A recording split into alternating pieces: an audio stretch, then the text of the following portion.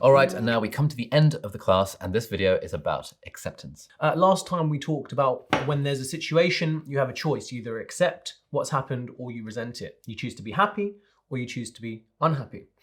My favorite Stoic quote is from Epictetus. He says, "When you are alone, you should call this condition tranquility and freedom. When you are with many, you shouldn't call it a crowd or trouble or uneasiness, but festival, and accept it." Now, the way that this links to this idea of acceptance is I'm someone who often found myself to be really distracted by loud noises or like buffering. You know, sometimes I call this one the Netflix principle. You know, you're watching a show and then you're on that dodgy uni internet and then it starts buffering and you think, okay, no, let's just give it a second. Still buffering, you refresh it, still happening. Now, many times you could find yourself thinking, this is so frustrating. But the thing is, if we allow that to happen, it's going to be a problem for us. An older example was Epictetus always talked about the Olympics. He always used to say, you're not going to go to the stadium and then be devastated that someone's barged into you when you've gone to a really, really built up area. You're always going to be unhappy if that's the way that you think about things. When you're preparing to go out, say to yourself, I'm going to a festival. And therefore you've expected big crowds, you've got that mentality. Matt Van Natter of the Good Fortune podcast actually encourages us to say the word festival when you're faced by these situations. And so literally I say to myself festival, and I think, I don't really care about that loud noise outside now, even if it was affecting filming.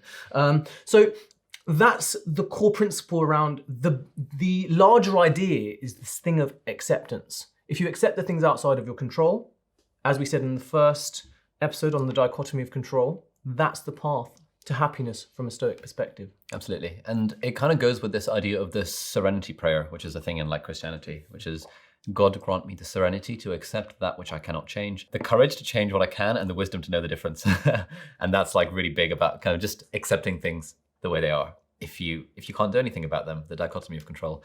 And actually, again, referencing Happy by Derren Brown, the tagline of the book is, why more or less everything is absolutely fine. That's the tagline. That's the tagline for the book. Yeah, more or less everything is absolutely fine.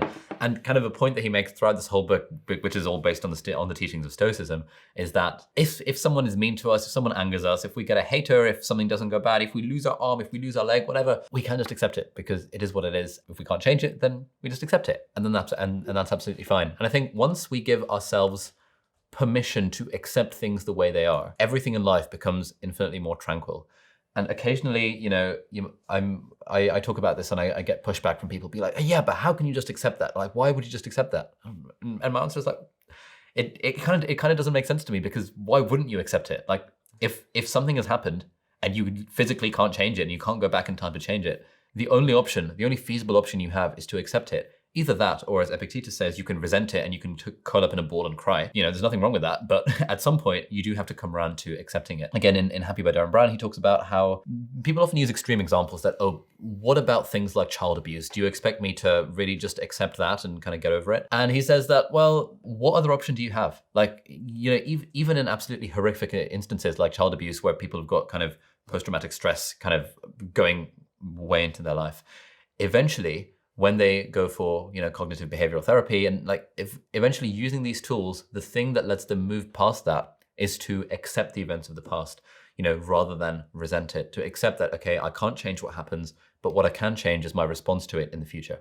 And that's ultimately all acceptance is. And that's probably like the fundamental part of Stoicism. And you can apply this idea of acceptance to almost every domain of life. And I think that the difficulty of the task is illustrated by the fact that Marcus Aurelius, a Roman emperor, the book that we have of his is literally his journal writing to himself. This was a daily task. This isn't an easy thing in order to try and aim for this. Like, this isn't something, it's not easy at all, but it's something that we can all work towards. Marcus Aurelius spent every day writing to himself, and I would really recommend How to Think Like a Roman Emperor by Donald Robertson. He talks here about the kind of in-depth process that Marcus Aurelius went through. He literally sat down and would write to himself. He would be journaling in the way we've talked about, thinking about the dichotomy of control, using all those other methods.